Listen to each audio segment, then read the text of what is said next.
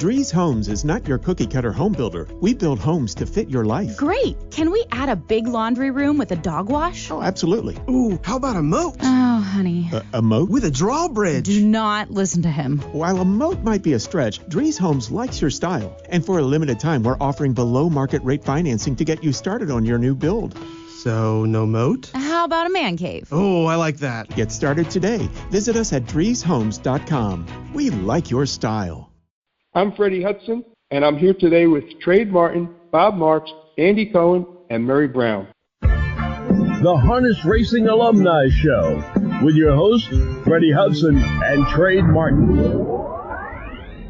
On this week's show, Andy is going to lead us in a discussion of the recent sanctions imposed by the USTA on 6 individuals and 1 farm after their investigation by the Standardbred Investigative Fund, the SRIF, found them having business relationships with convicted former trainer and owner Nick Surick, who is now serving time in a federal prison. Andy, it's your show. Thanks, Freddie. It's an honor to be on the show with Murray and Bob. Bob and I and you, we do it often, but to have Murray is quite a treat. I wrote my Keeping Faith column at Pollock Report, which was posted yesterday on the investigation. I was able to sort through some of the documents that have not been made public. I was able to look at some of the specific allegations against Adam Bowden and Diamond Creek and the folks who were named. And at the end of the day, and as I wrote, I think that the USTA had good intentions. I think that these sorts of arrangements, these sorts of secret negotiations that go on with Nick Surick should be made public at some point. There should be ramifications and accountability for it. But I think the way the USTA went about the mission really raises some red flags about how fair it was, who sat in judgment on the people who were judged, why some people who had contact with Surick were punished and others were not. So overall, I think, good intentions, bad execution, and I'm not surprised that the way it went down and the way it was announced has rankled a few people. But I'm interested in, for example, knowing what you think, Murray. You've been around a long time, and you've seen a lot of things, and I'm sure you've seen a lot of USTA investigations. What did you think of what you know of what happened? Well, actually, I haven't seen many USTA investigations. I think the fact that they're doing this and have done this is a point in their favor. I do think, though, the investigation was incomplete in many areas. Firstly, insofar as the release of the news, most people had no idea this was an area of concern. Most people weren't publicly advised to, for lack of a better term, to stay away from Nick Surick. It certainly makes great sense to do so, but nobody that I'm aware of knew that there would be repercussions from doing so. That's one of the points that I raised in the column, and I think it's a really good point.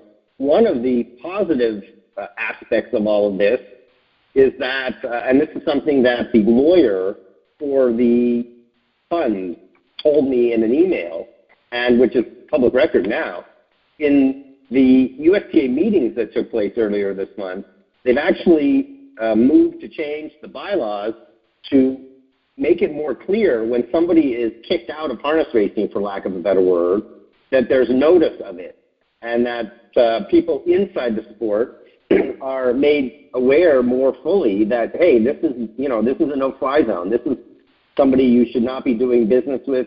This is somebody who cannot own standardbred, cannot use a foil to own standardbred. So the notice that they're going to give somehow is going to be a lot more profound than it was.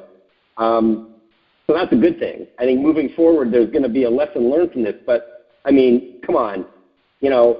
People should have known not to touch Nick Surick in 2020 when the allegations came out and when he was kicked out and when he pleaded guilty and when he went away to jail. You don't, I think, need the USTA to make a grand announcement, say, stay away from this guy. People should have stayed away from him, and I think that's why some people got in trouble.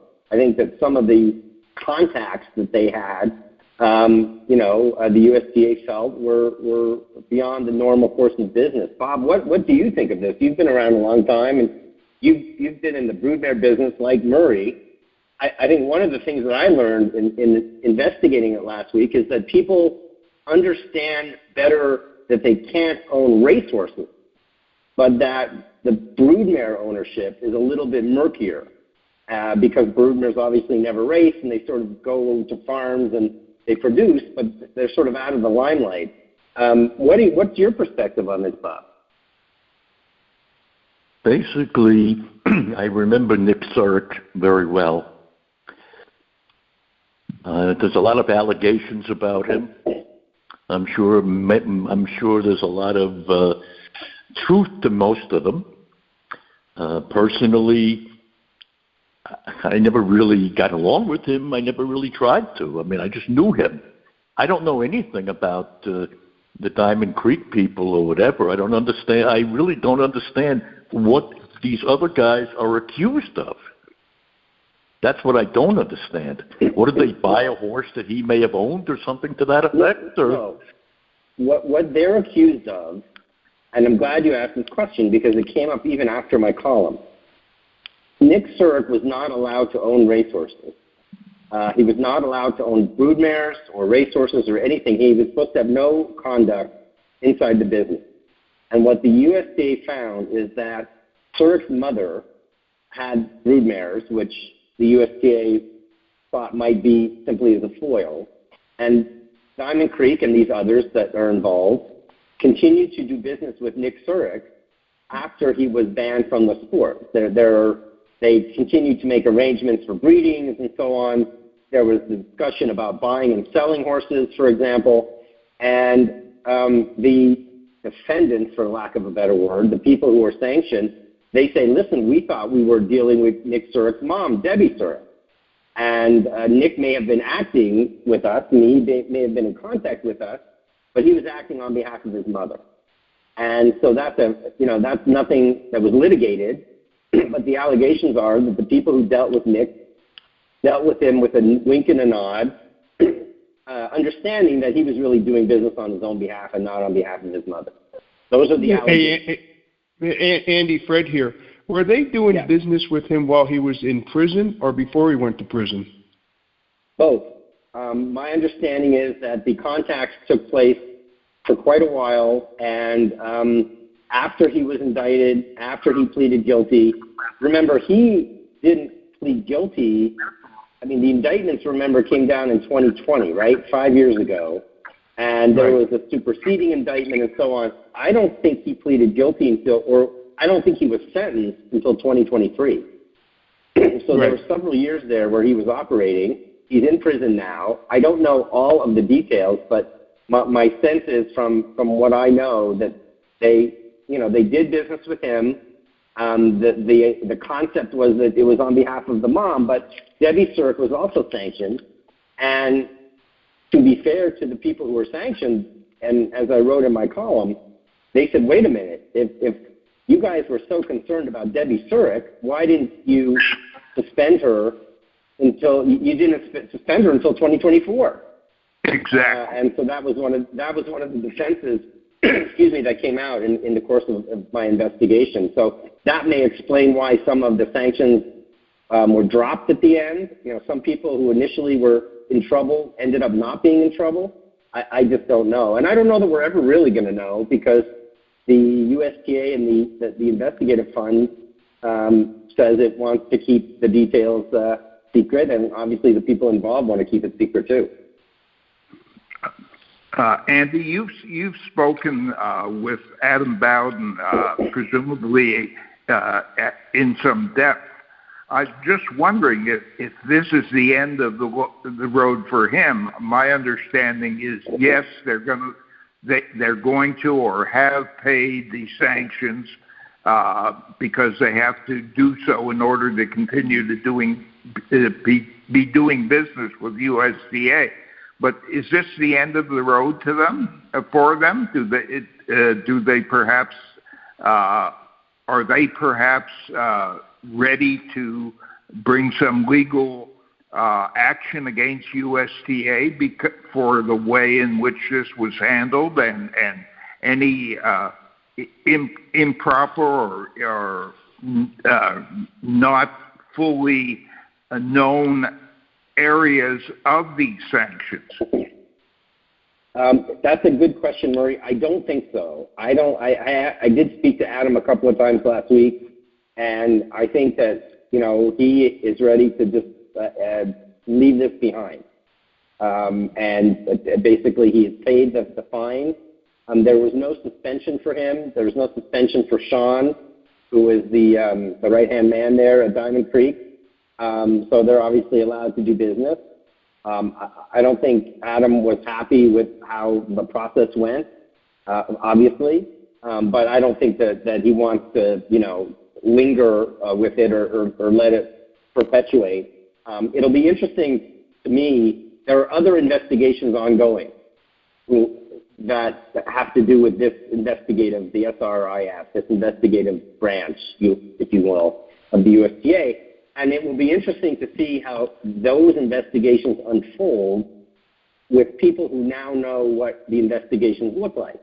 Like, for example, Diamond Creek shared information. They were asked to share text messages and so on, and they did. I don't know that everyone's going to do that. And I don't know what happens if the SRIF folks ask somebody, for emails and private conversations. If somebody says, forget it, I don't want to do it, then you have a legal showdown, and I don't know how that gets resolved. That didn't happen here, to my knowledge. I'm not 100% sure, but I know that there was a significant amount of cooperation that was coordinated by Howard Taylor, who was involved here. He represented Adam Bowden. He represented Bob Bonney. I believe he represented some of the other people who were involved. And there was cooperation. To the credit of Diamond Creek, they shared information. They allowed the investigators to investigate. And I'd like to think that's going to continue, that sort of cooperation. I'm just not sure. I guess we'll know when the SRIF announces the findings from its next investigation. And hopefully they have learned from this. Hopefully they announce it in a better way, and they are able to share more details with the public right away, unlike what they did this time around. Fred, go ahead. Fred here. Murray, I got a question for you. Now, you were at Hanover for years. When you're breeding broodmares, do you actually look to see if the owners are suspended or something? What we did was we certainly took note of what the ownership of the mare was, but unless something just jumped out that, hey, this is a bad guy, we don't need to be doing business with him. Like one that pops into mind was David Brooks. So we just refused to do business with him, both with Hanover Shoe Farms and with the sales company. But I don't think that a breeding farm or a stallion manager would necessarily know who are the good guys and who might be one or two of the bad guys.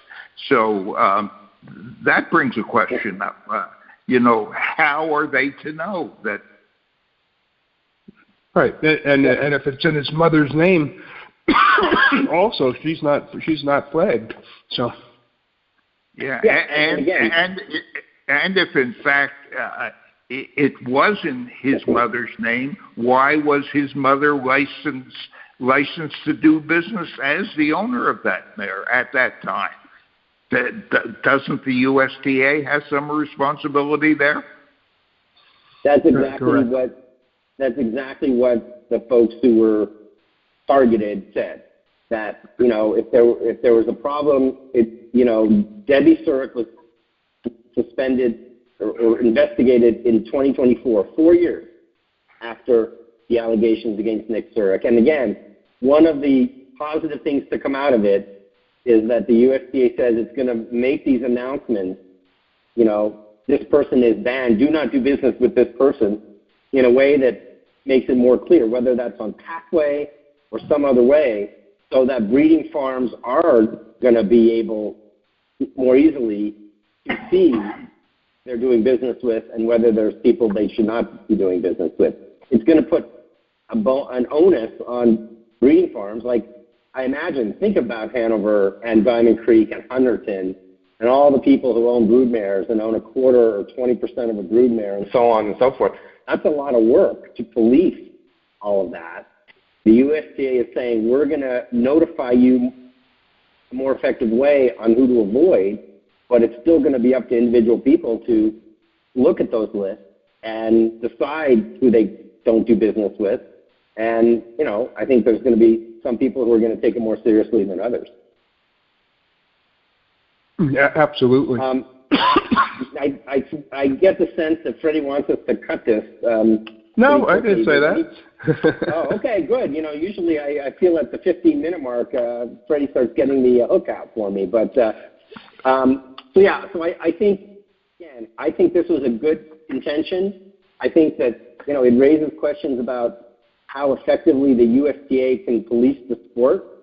And, you know, one of the senses I got from the documents I read is from Howard Taylor and others is that there were real concerns about due process and giving people the opportunity to face their accusers and so on, and giving people an opportunity to challenge the people who actually made the decisions.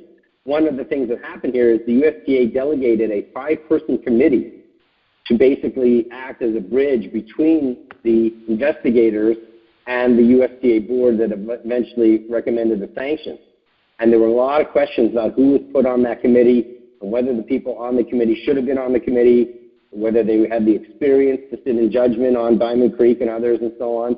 So those are issues that I think the USTA should work on and improve if they want to go forward with these kinds of investigations and earn respect from within the industry, right? I mean, if they're going to do this, they have to do this in a way that people respect the process and the results. And I'm not 100% convinced that happened here. You know, even though people, I think, generally, you know, are glad that there was some sort of investigation to begin with. I don't know. What do you guys think? Yeah. Andy, my quick question here, was there any involvement with the federal government on this investigation? Because I had heard rumors that they were looking for restitution and that this might have led to this investigation. Yeah, I don't think so. I didn't get any sense of that. I didn't get any sense that that the FBI was involved. Now, that doesn't mean it isn't true, but I didn't see any evidence of that. Okay. I didn't see everything. I don't know everything. I'm not professing to know everything, so it's possible. But my sense was that this was sort of an in-house fight between, or an argument, you might say, between the folks who were targeted, the USTA, and the folks who were hired to investigate. And again, there was a significant amount of cooperation from the people who were tagged, and that cooperation helped the investigators. But if there's a law enforcement element to this, I'm just not aware of it. Okay. So, hey, guys, this is Murray. I somehow got knocked off. I don't know what happened, but I'm now back on. So I don't know what I missed. You missed Andy's explanation. Okay. One question that I do have. You know, we all know Nick Surick is far from the only bad guy involved in what happened years ago, and it's only his name that comes up. I know that there were others. One in particular who had close ties to an executive of the United States Trotting Association. Are any of these people involved in future investigations? I don't know. It's a great question. I don't know. I think that there's, and again, I think Adam made that point in a letter he wrote. I think I included it in my column, that basically Adam said, you know, yes, we were involved, but there were other people involved who are not punished, and there are other people involved in these sorts of arrangements. I don't know.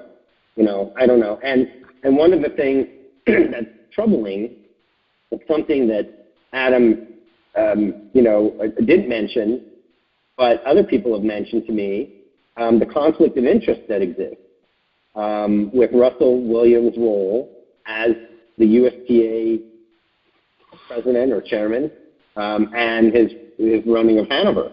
Because in effect, you have an organization here that was created by Russell Williams that punishes Diamond Creek. So it's like Ford Motor Company having an investigation that punishes Chrysler. And I just don't know how you get around that conflict of interest. I think it's a problem. I've written about it for years and years. And this investigation, the way it went down, and the reaction to it, I think, continues to raise serious questions about that dual role that he has. But I don't know what the other investigations are, and I just hope that when they are released, we'll, have more information to work with, and people will be able to understand what happened. That's what I tried to do in this column, is just to figure out what happened and explain it in a way as best I could. Again, I didn't have all the information. Some of the information that was given to me was on background, but, I tried to piece it together as best I could. There's something I could bring up if it, and I don't think it's proper that it be on a public broadcast, but that was mentioned to me, if I may. But well, why don't you not do that, Murray? Okay, I shan't. Let's end this broadcast and stop the tape, and then we can talk about it privately. Is that okay with you, Freddie? Sure. Yeah, it's okay. Sure. I'll end the show right now. Okay, Andy, thank you so much for acting as the lead today. It's my pleasure. And Murray, thank you for joining us today. That's a wrap for this week's show. Thanks for listening, and please join us again next week. The Harness Racing Alumni Show